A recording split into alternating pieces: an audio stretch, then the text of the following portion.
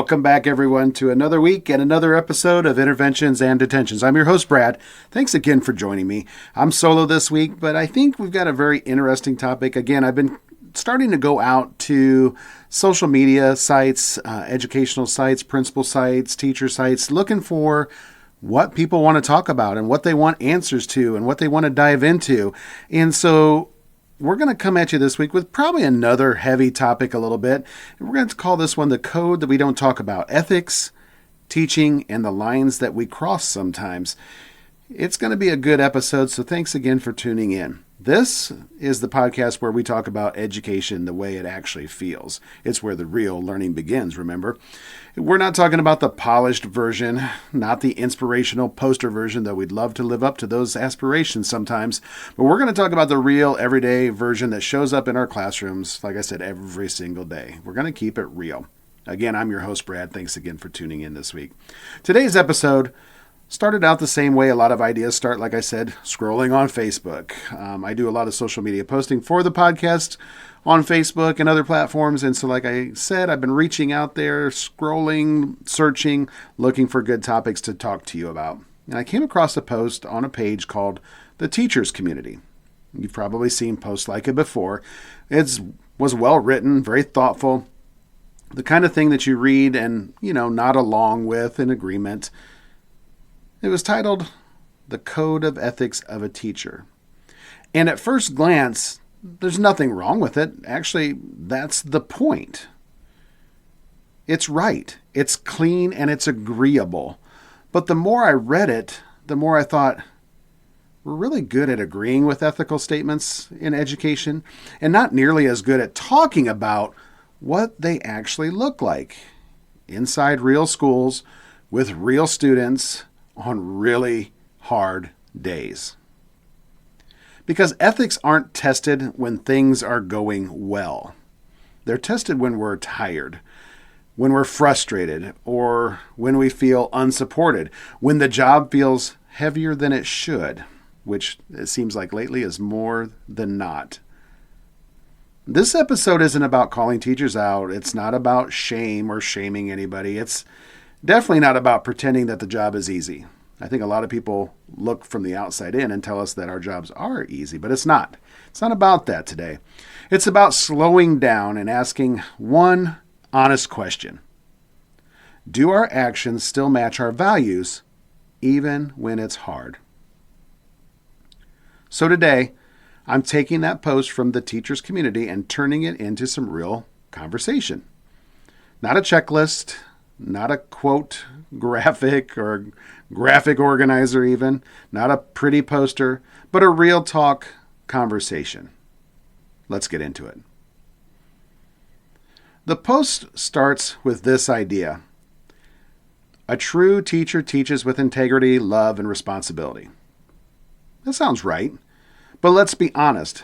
Those words are easy to agree with and much harder to live out consistently. Because commitment to learners isn't tested with the students who are easy to teach. It's tested with the students who challenge us. The post said something like this: respect every learner, treat all learners fairly, reject discrimination, protect learners from harm, build both character and knowledge. Every child matters. Now, here's the question we don't say out loud. Do we believe every child matters equally, even on our worst days? Because it's human nature to connect more easily with certain students. The ones who listen, the ones who try their hardest, the ones who make us feel successful as educators. But ethics live with the students who don't always do those things. It's the student who disrupts, the student who shuts down, the student who has already decided school isn't for them. Respecting every learner doesn't mean liking every behavior from that learner. It means refusing to reduce a child to their worst moment. Treating students fairly doesn't mean treating them the same. I remember a phrase, and I live this often. Equal isn't fair, okay? Fair isn't always equal. It means being thoughtful, though, about what each child actually needs and being aware of it, even when that's inconvenient to us, the educators, which, again, happens more than not. And it means protecting learners from harm. And I'm not just talking about physical harm or physical safety. It's about tone, maybe sarcasm, those silent eye rolls, public corrections that feel small to other adults, but huge to kids. Building character alongside of knowledge means we don't sacrifice dignity for compliance. Because students might forget the lesson, but they remember how safe they felt in the room. If ethics start anywhere, they start here. So this next section, we're going to talk about integrity. Be honest and responsible. Avoid favoritism. Keep learner information confidential, always. Be a role model in words and actions. And then this line, your life teaches louder than your lesson. That sentence deserves some weight, okay? Because integrity isn't about being big scandals. It's not about big scandals. It's about everyday decisions that we make. Hallway conversations, staff lounge talk, the things we say casually that don't feel casual to our students. They listen. They have ears. They take it all in. Let's talk about favoritism for a moment. Because nobody wakes up thinking, I'm going to treat kids unfairly today. I've always said that. Like, educators aren't in this job to hurt kids, treat them unfairly, wrong students. We're here because we love kids. Bottom line, we love kids. We love being with kids, and we love educating kids and teaching kids. We don't want to treat kids unfairly. That's not our goal. But students do notice our tone. They notice our patience, or lack thereof sometimes. They notice the students who get grace and those who get consequences. So integrity isn't about intent. It really comes down to being about awareness, our self-awareness. And that confidentiality piece, it matters. It really, really matters. If a student's story becomes adult entertainment, guys, that's not integrity. And I've been guilty of that myself. That's not integrity. That's harm. That is harm. Being a role model doesn't mean being perfect. It's not about being perfect. It's about being consistent.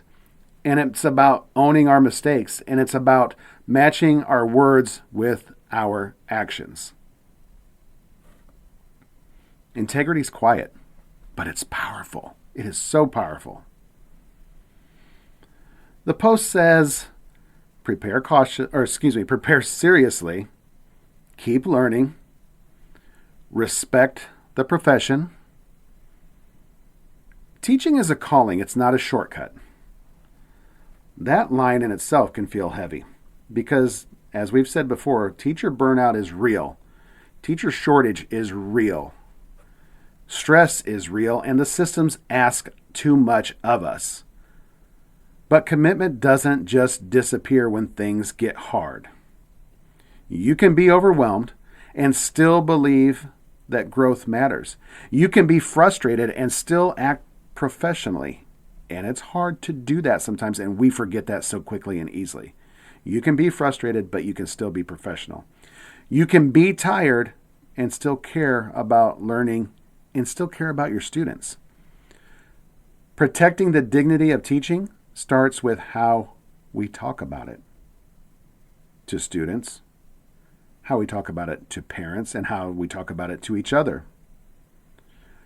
When we constantly frame teaching as miserable or pointless, which happens, again, all too often and easily these days because we're frustrated, tired, and burnt out.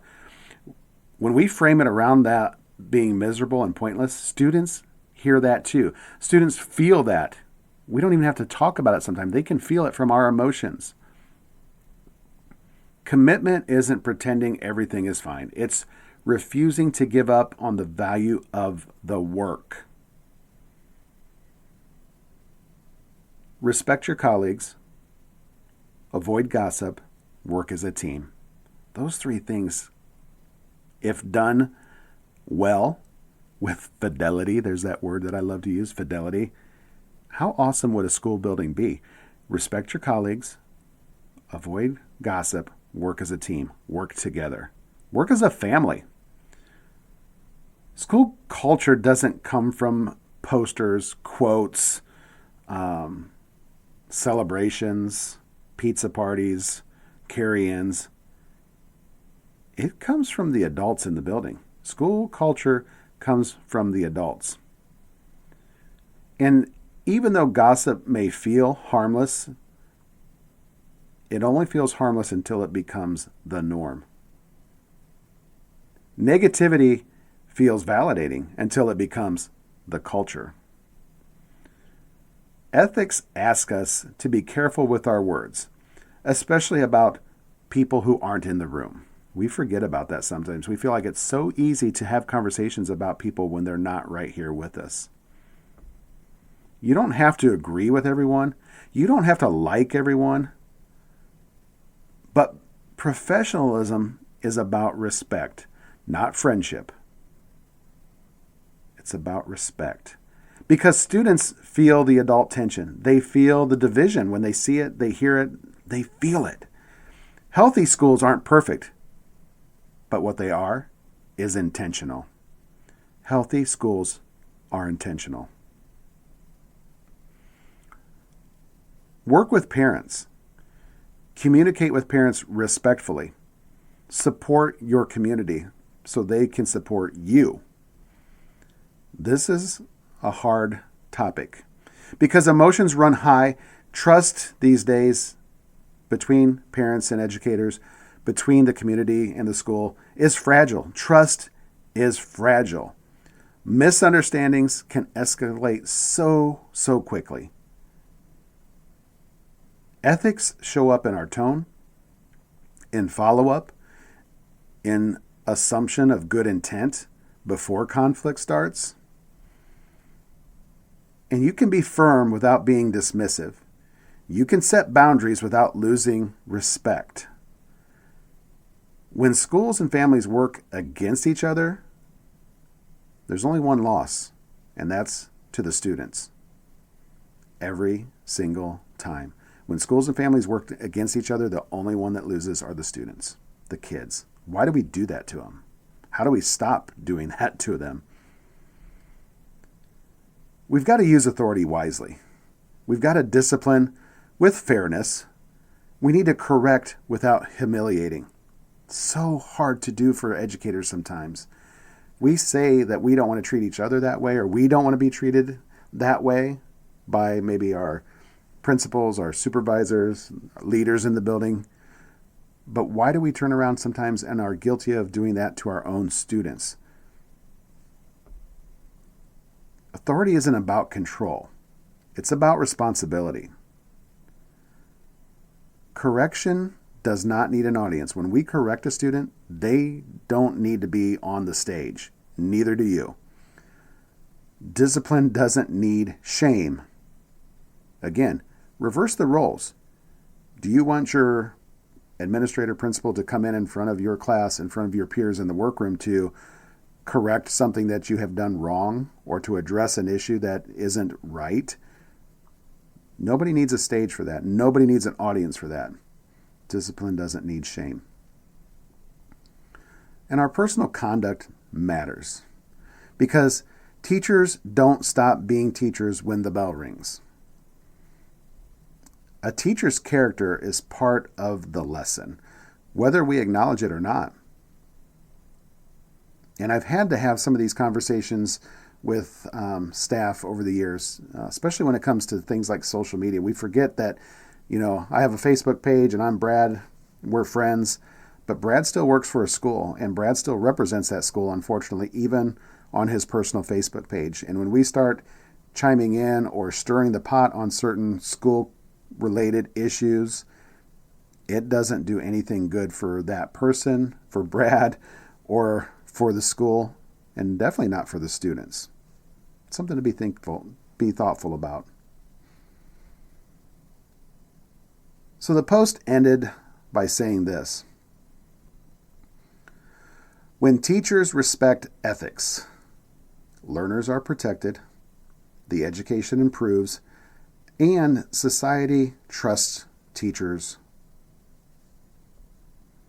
That trust matters because ethics don't make teaching easier. They actually make it heavier.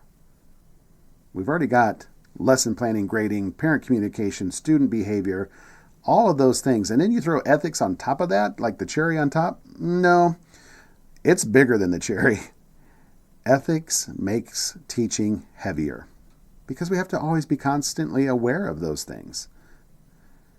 But as heavy as ethics makes teaching, it also makes it meaningful. The post came from, again, the teachers community on Facebook, but the conversation belongs everywhere. More than just this podcast, more than just the Teachers Lounge, more than just after school walking laps in the gym with your peers. It belongs everywhere because ethics are what make teachers and teaching unforgettable. We'll just leave it at that. This is a short one this week, folks.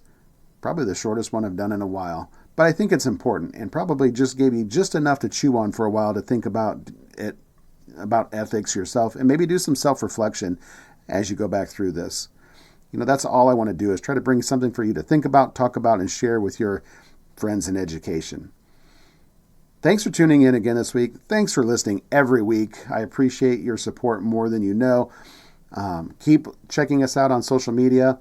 You're gonna see a post coming up about a special guest, Dave Nagel. I've talked about Dave all season 2, kind of teasing him, talking about when he's going to come on to talk about grading visible learning. We've set a date that'll be coming out in a couple weeks. And for one lucky listener, somebody's going to win his book, Grading Visible Learners.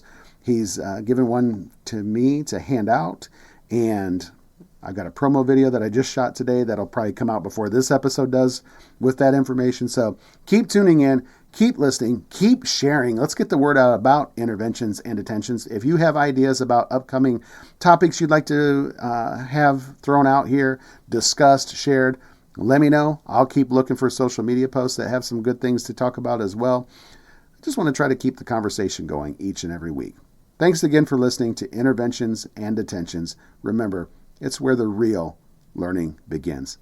See you next week.